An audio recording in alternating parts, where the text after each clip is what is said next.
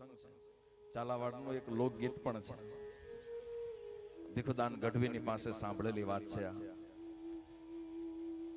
કે એક ગામમાં એક દીકરીના લગ્ન થયા, એ સાસરે ગઈ. અને જ્યારે લગ્ન થયા ત્યારે એનો એક નાનો ભાઈ જે ઘોડિયામાં હજી હિંચકે છે, એ હજી ઘોડિયામાં ઝૂલે છે. અને દીકરીને પરણાવી સાસરે વળાવી. પણ હવે ઠેકાણું એવું મળ્યું કે એને કોઈ દી પિયર આંટો આવવા ન દીધી. એક આંટો દેવાય પણ એ બાઈ પિયર ન આવી. અને જ્યારે ગઈ ત્યારે ભાઈ ઘોડિયામાં હિંચકતો હતો. એ ભાઈ હવે ઘોડા ખેલવા જેવડો થઈ ગયો, ત્યાં સુધી બેન પિયર આંટો નથી આવી. એને એના ભાઈને જોયો નથી, ભાઈએ એની બેનને જોઈ નથી.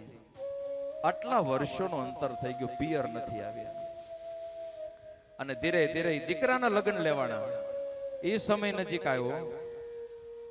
અને એના બાપાએ કીધું કે જા બટા બેનને તેડી આવ. કારણ કે આપણે ત્યાં બે મીઠા તેડા જે વરાજો પોતે કરવા જાય, એક પોતાની બહેન અને એક પોતાના પિતાની બહેન, પોતાના ફઈ.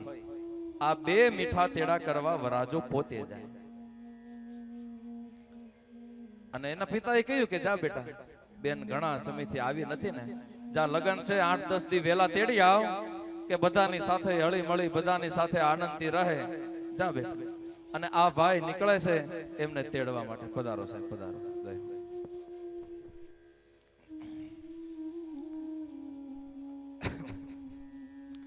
તાળીઓના અવાજથી એક વખત સૌ વધાવી લઈએ. આપણા તળાજા પંથકનું બહુ મોટું નામ અને કોણ અજાણ છે એવા ચેતનસિંહજી બાપુ પધાર્યા. તાળીઓના અવાજથી પુનઃ એક બાર વધાવીએ. આવો સાહેબ.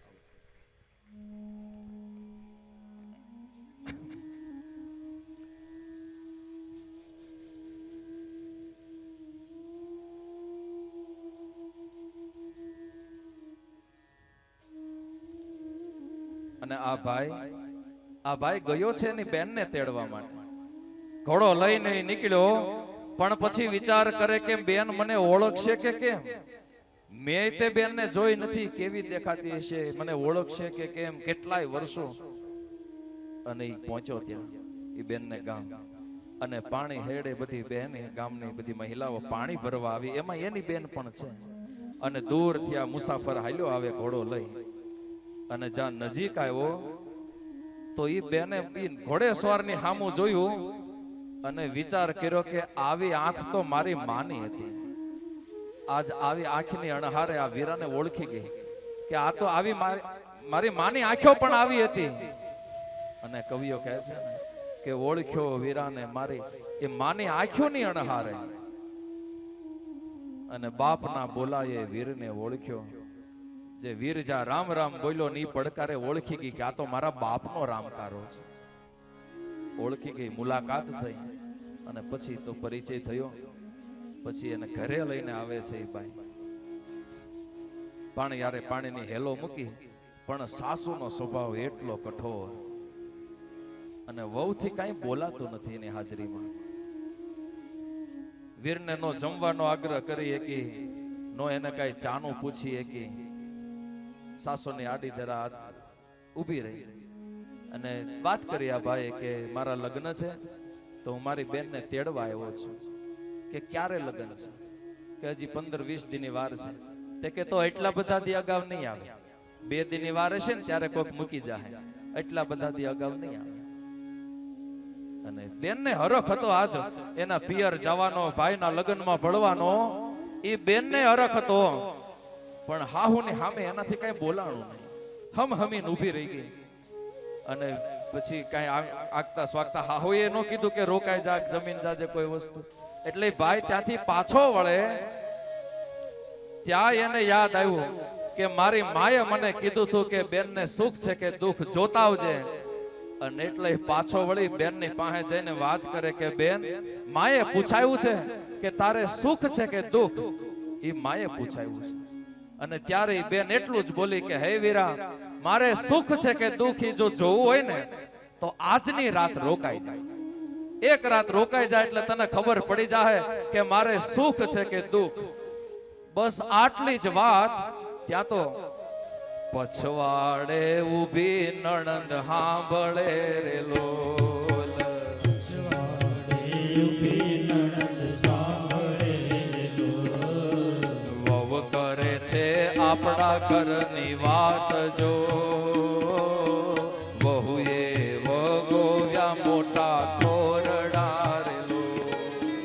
બહુ કરે છે આપણા ઘરની વાત જો બીજી વહુએ વગોવ્યા મોટા ખોરડા રે.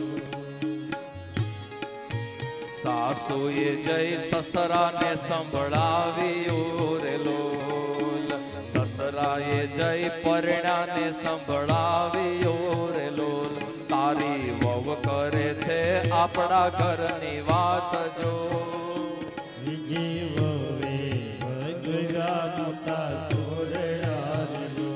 તારી વહુ કરે છે આપણા ઘરની વાત જો બીજી વહુએ વગોવ્યા મોટા ખોરડા. હવે વાતમાં કાંઈ હતું નહીં પણ નાની એવી વાતને એવડું મોટું સ્વરૂપ આપી દીધું કે ઘરમાં કજિયો અને કંકાસ એટલો બધો વધ્યો કે ગોળાના પાણી હુકાવા માંડ્યા રાંધેલા અન્ન રખડવા માંડ્યા. અને એ બાઈનો પતિ એને ખબર છે કે આમાં મારી પત્નીનો વાંક નથી પણ પરિવારની સામે એનાથી કઈ બોલાતું નથી એ જાણે છે પણ કજિયો કંકાસ એટલો બધો વધ્યો આખરે થાકી અને રાત્રિમાં એક દુકાને ગયો છે ત્યાંથી સોમલ ખાર અને અમલ લાવ્યો છે. અમલ લઈ આવ્યો અને ભેગો થોડોક સોમલ ખાર લાવ્યો અને વાટકીમાં ઘોળીને ઝેર તૈયાર કર્યું છે. એના પત્નીને કીધું કે લે તું પી જા કા હું પી જાઉં આ ઘર હવે એક ભોગ માગે છે કા તું પી જા ને કા હું પી જાઉં. અને ત્યારે ખાનદાન માવતરની દીકરી કહે કે તમારે શું કામ પીવું મારે લીધે બધું થયું ને લાવો હું પી જાઉં તમારે શું કામ પીવું. અને એ કટોરા હાથમાં લીધો અને જ્યાં પીવે ત્યાં કવિ કહે કે ઘટક અવાજ આવ્યો છે. જ્યાં ઘૂંટડો ઉતાર્યો ત્યાં ઘટક અવાજ આવ્યો. ઘટક દઈને ગોરા પી ગયા રે લોલ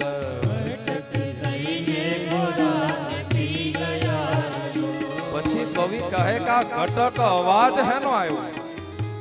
નહીતર આપણે કોઈ વસ્તુ સારી હોય ને ઉતાવળમાં પીએ ને મોટો ઘૂંટડો ભરાઈ જાય ઓચિંતા ન ઉતારીએ આપણે મોટો ઘૂંટડો હોય તો કદાચ ગળામાંથી એક એવો અવાજ ઘટક આવે. પણ ઝેર કોઈ ઉતાવળમાં પીવે ખરા ઝેર તો ખબર છે આ મારી નાખશે એટલે બીતા બીતા થોડો થોડો ઘૂંટડે ઘૂંટડે પીવાનું. પણ આ ઘટક અવાજ શેનો આવ્યો તો કવિ કહે છે એ બાએ જ્યારે ઝેરનો કટોરો હાથમાં લીધો ત્યારે એને વિચાર આવ્યો કે મારા ભાઈના લગ્ન છે 10-15 દી પછી મારા ભાઈના લગ્ન છે અને એને વિચાર આવ્યો કે હું મારા ધણીને કહું હું મારા વરને કહું કે મને લગ્ન કરવા જવા દે લગ્ન કરીને આવીશ પછી હું ઝેર પી જાઈશ મને મારા ભાઈના લગ્નમાં ભળવા દે બસ. આ એના મનમાં વિચાર ઉગ્યો હૃદયથી વિચાર ઉઠ્યો ને ગળા સુધી આવ્યો ત્યાં એને વિચાર પાછો બદલાણો કે હવે આમે મરી જવું છે તો લગ્ન કરીને મરવું કે આમ નામ શું ફેર પડે. અને ઝેરની હારે ભાઈના લગ્ન પી ગઈ એનો અવાજ આવ્યો ઘટક ઘટક દઈને ગોરા દે પી ગયા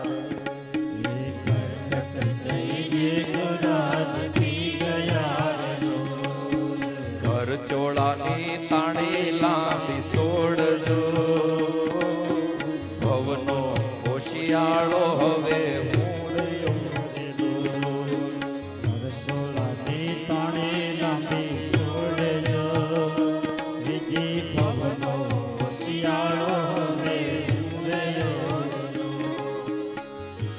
એક લોક કથા છે ભીખુદાનભાઈ ગઢવીના મુખેથી સાંભળી છે પણ કહેવાનો અર્થ કે આ બધા જે પાત્રો આપણે એક સમય હતો પણ હવે દેશ કાળ એટલું બધું પરિવર્તન આવ્યું છે લોકોમાં સમજણ શિક્ષણ ઘણું બધું વધ્યું છે પણ છતાં ડગલે ને પગલે રામાયણ મને ને તમને એ જ બતાવે છે કે પરિવારમાં કેમ રહેવાય સમાજમાં કેમ રહેવાય ગામમાં કેમ રહેવાય આજ એ જ શીખવાડે અને એ જો જીવતા આવડી જાય ને તો એનું નામ જ ધર્મ છે.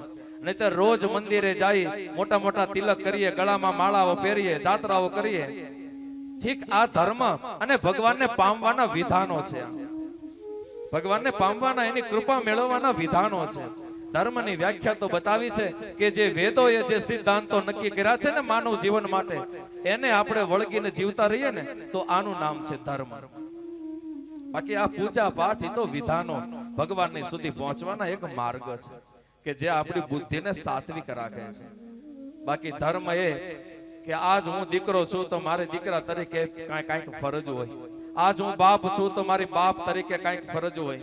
આમ પરિવારના દરેક સભ્યો જો પોતપોતાના એ વેદોએ જે સિદ્ધાંતો બતાવ્યા એ પ્રમાણે જો જીવન નિર્વાહ કરે તો આનું નામ છે ધર્મ. એટલે કહેવાનો અર્થ કે કઈ માને હરખ ન હોય દીકરાને પરણાવવાનો, દરેકને મળે. અને લાડ કોડથી ઉછેરેલો એ દીકરો એ પરણીને આવે અને વહુ આવી જાય પછી માને એમ કે બા વહુ સામે બહુ ટકટક ન કરતા, લે આટલી વારમાં બદલાઈ ગયું કે વહુ સામે બહુ ટકટક ન કરતા. અરે તારી ભલી થઈ, આવી ખબર હોત તો ઘોડિયામાંથી ઘા કર.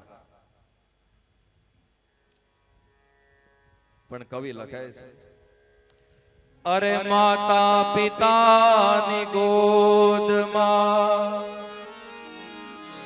મમતા હતી ઘણી,